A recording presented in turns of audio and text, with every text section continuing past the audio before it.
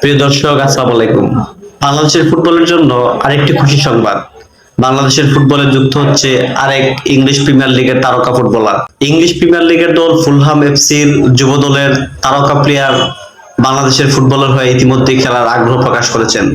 হামজা চৌধুরীর পর আরেকজন ইংলিশ প্রিমিয়ার লিগের প্রবাসী ফুটবলার বাংলাদেশের হয়ে খেলার আগ্রহ প্রকাশ করেছেন এবং ইতিমধ্যেই বাংলাদেশ ফুটবল ফেডারেশন তা নিশ্চিত করেছেন। ইংলিশ প্রিমিয়ার লিগের দল ফুলহাম এফসির মাঠ মাতানো এই তারকা ফুটবলার হলেন ফারহান আলী ওয়াহিদ।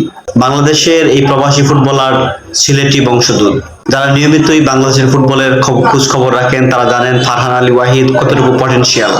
তার যেরকম রয়েছেন খেলাকে মেক করার ক্যাপাবিলিটি, ঠিক সেই রকম রয়েছেন স্কোর করার দক্ষতা। ফারহান আলী ওয়াহিদ একজন উইঙ্গার হলেও সে নিয়মিতই গোল পাচ্ছেন ফুলহাম এফসির যুব দলে। এই তারকা ফুটবলার যদি বাংলাদেশে নিয়মিত হতে পারে তাহলে অবশ্যই বলা যায় বাংলাদেশের যে ফ্রন্ট লাইনের দুর্বলতা তা অনেকটাই কমে যাবে। বাংলাদেশ ফুটবল ফেডারেশন ইতিমধ্যেই তাকে বয়স ভিত্তিক দলে বিবেচনা করে ফেলেছেন এবং খুব শীঘ্রই বাংলাদেশের বয়স ভিত্তিক দলে ফারহান আলী ওয়াহিদকে দেখা যাবে।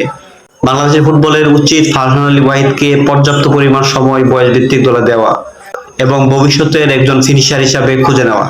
কারণ বাংলাদেশের ফুটবল ইতিমধ্যেই যে একটি গণজাগরণ তৈরি হয়েছে তা যেন বাংলাদেশের ফুটবলকে আরো অনেক দূরে এগিয়ে নিয়ে যাবে। এরকম ছোট ছোট সিদ্ধান্তগুলো বাংলাদেশ ফুটবলকে আরো এগিয়ে নিয়ে যাবে।